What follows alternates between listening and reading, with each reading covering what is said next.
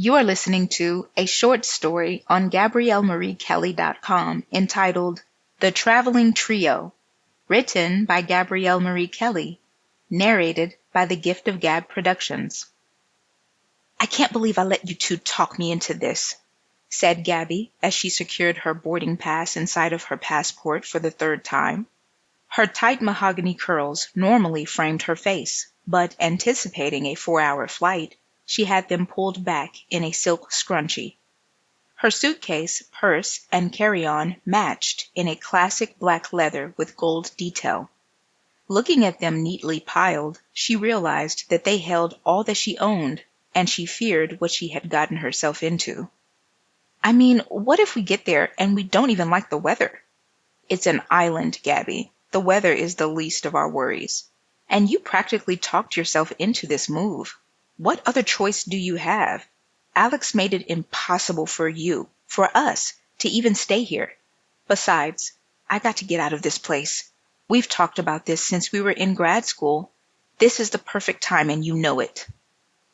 Please don't even mention his name. My stomach turns every time I hear it. Gabby knew that Taylor was right. How could she stay, knowing that everything would remind her of him and all that he put her through? As if learning of his bachelor night adventures wasn't enough, trying to kiss Joanna the night before the wedding was the straw that broke the camel's back. Gabby understood her allure. Joanna, who they all called Jo, was a vivacious and earthy redhead with freckles on a perfectly tan canvas.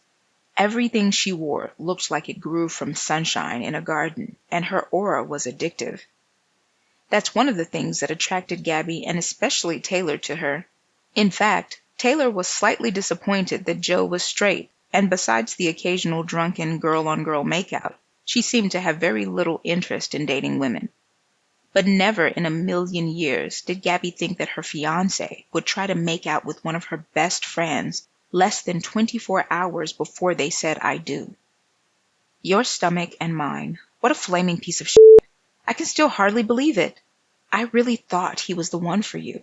And Taylor is right. Between her parents and their ridiculous divorce, your fiancé turned fuckboy, and my spiraling career and need for creative inspiration, this is the perfect time to do what we've always wanted to do. Nothing is stopping us, and nothing is keeping us here, so don't worry. We'll be fine, like always.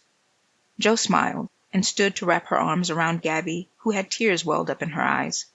Taylor embraced both of them and did a little dance that caused her shoulder-length brunette bob to bounce from side to side and her sneakers to squeak on the tiled floor of the airport. The sound and boxy movements of a young woman suited for sports and not salsa made the women squeal with laughter. The boarding announcement interrupted their giggles, and they gathered their things and rolled their carry-ons towards the boarding line. One by one, they handed their boarding pass and their ID to the customer service agent and smiled as they were scanned and invited to enter the terminal. They scurried towards the plane feeling as though they were leaving behind nothing and heading towards an experience of a lifetime. One thing that I definitely won't miss is the suffocating humidity, Jo said as she packed her carry-on into the overhead storage and took her seat closest to the window. Or the godforsaken sinkholes, said Gabby. You will miss the gators, laughed Taylor.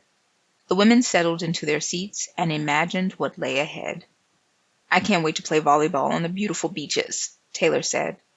I read that there's so many beautiful waterfalls to discover, dreamed Jo. As soon as we land, we need to find a resource for a French coach, a sales listing for vehicles, and do not forget. Taylor and Jo sighed loudly and laughed while forcing Gabby to put her calendar, planner, and notes back into her carry-on under the seat. The flight attendant began to instruct everyone on how to survive a plane crash.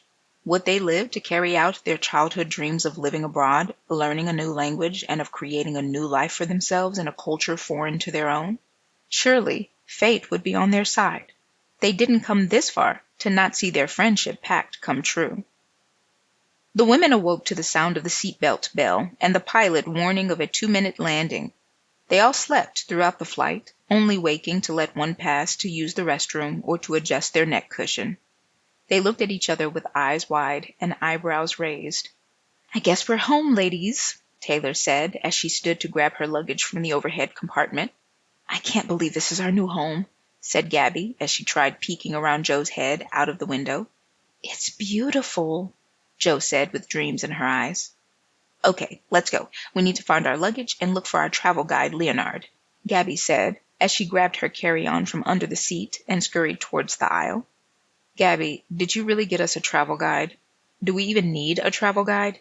It can't be that difficult to catch a cab and find our way around. Taylor, I got us a travel guide because we absolutely do need one. He speaks English and French, and he'll be able to show us around, tell us where we can purchase a vehicle, and take us to our apartment. Having a guide is an excellent idea, and you'll thank me later. Watch, Gabby said. The women followed the signs to Retrait des bagages and were able to make out the baggage claim area by the little suitcase next to the French words. Once they retrieved their luggage, they searched for their travel guide. According to Gabby, he was supposed to be holding a sign with a name they would recognize. Is that him? Joe said, pointing to a man holding a large sign practically covering his entire upper body. Gabby squealed and ushered the women to grab their things and led the way towards the man with the sign. The sign read, "The Traveling Trio." When Gabby approached, she tapped the sign as if knocking on his front door. The hidden stranger lowered the sign, and Gabby caught her breath. Too stunned to speak, she began observing the man from follicle to foot.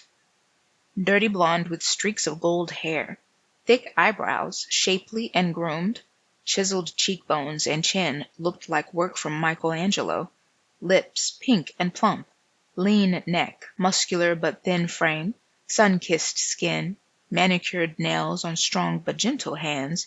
He stood on both feet evenly with his legs slightly apart. His attire was festive like an islander, but classic like a Frenchman. Gabby brought her eyes back up to meet his, green and kind. It looks like you're right, Gabby. Having a guide is an excellent idea indeed, Joe said while reaching out to offer a handshake. Hello, my name is Joanna, but you can call me Joe. This is my friend Gabby and my friend Taylor. I believe we are the traveling trio. Welcome, ladies. My name is Leonard, but you can call me Leo. I am happy to assist you in your stay here in Martinique. Where are you coming from? Italy? Gabby could hardly break her trance, but hearing Leo's question and knowing that they were just three American women moving abroad for the first time in their life jolted her. No, we're American. We came directly here from Florida. What made you think we were Italian? The name. The traveling trio. Trio is Italian for the number 3. Trio isn't French? Gabby asked, looking up at Leo and becoming once again mesmerized while Joe and Taylor cut their eyes at each other with mischievous grins on their faces. No. Trois is French for 3. You are the traveling trois, then, Leo said with a grin on his face and still holding Gabby's gaze. However, the traveling trois doesn't sound as cool as the traveling trio, he chuckled. Leo and Gabby giggled and stared into each other's eyes as if to be conversing telepathically. Joe and Taylor embraced and celebrated the perfect presentation of love at first sight with a little dance. Well, ladies, I should get you on your way. We will load up your suitcases in the van, and then I will take you to your residence. If it pleases you, I can take you to visit the island so that you can become familiar with Martinique. Welcome to the most beautiful island in the Caribbean.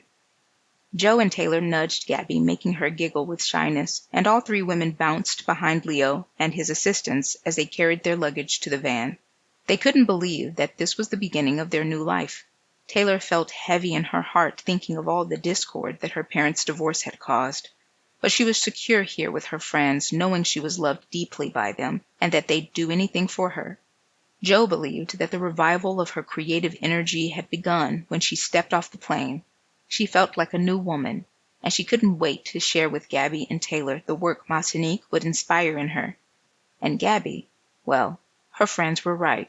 She was feeling butterflies. Thanks for helping us get settled into our apartment. I didn't realize that it would be so close to the beach, practically walking distance, Gabby said while trying to fix her eyes on Leo's and not his forceps. During dinner, Joe and Taylor had sensed that Gabby and Leo might want to talk about something else besides divorce and dead-end jobs. So they left the 2 at the table and walked alongside the beach, letting the waves wash their feet as they strolled hand in hand. And thanks for taking us to this place. It's really delicious. What is it called again?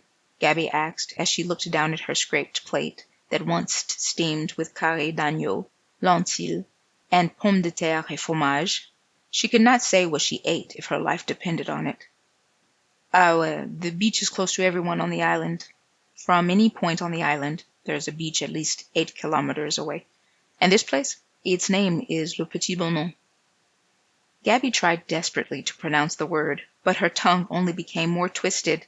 They laughed, and she said, I need to find a French language coach if I am going to survive on the island. Joe and Gabby seem to be completely unbothered by not knowing any French. I wish I was as free-spirited as they are. You will learn French. Just give it some time. And your friends? They seem to have a lot of heavy thoughts. Is that why you three came to live here in Martinique? Well, yes and no. We all have been friends since college, and we've always had a dream of moving abroad together and creating a new and exciting life. Time got the best of us, though, and before you know it, we were spending more time booking therapy sessions instead of flights. Taylor's parents are going through a nasty divorce, and it's really affecting her emotionally. I can barely speak on it because it reminds me too much of my own failed relationship. I'm happy we have Jo because she's so tender and kind. She always has the right words to comfort Taylor. And who has the right words to comfort you?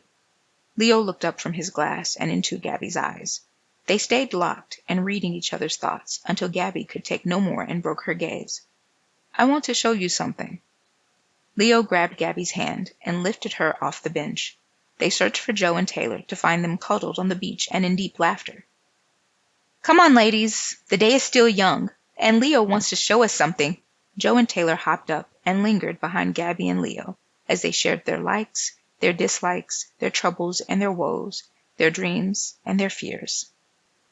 The van winded around the mountaintop with ease, even though there were no barriers or retainers that would prevent its fall.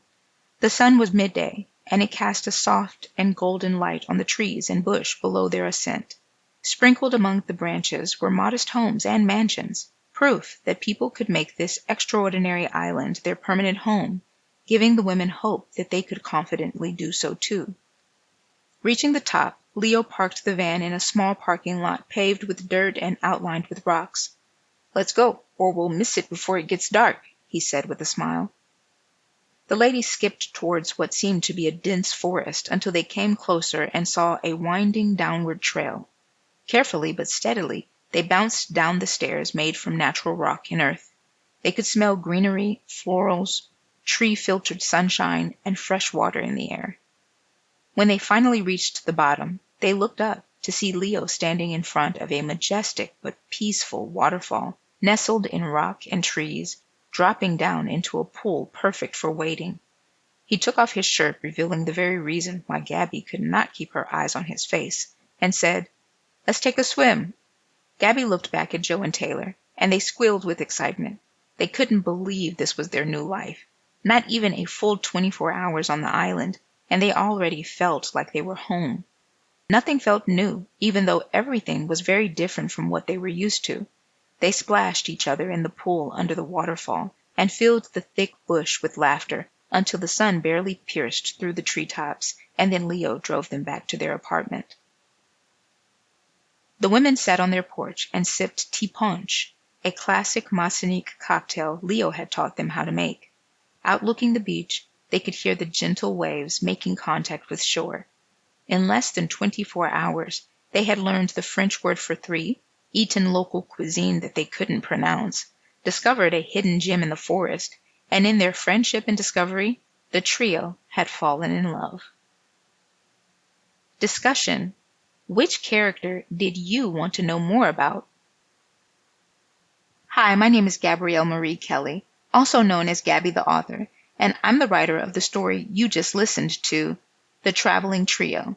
If you enjoyed this story, please subscribe to GabrielleMarieKelly.com. You can also follow me on social media. Follow at Gabby the author on Instagram, TikTok, Threads, and YouTube. Thanks for listening, and happy reading.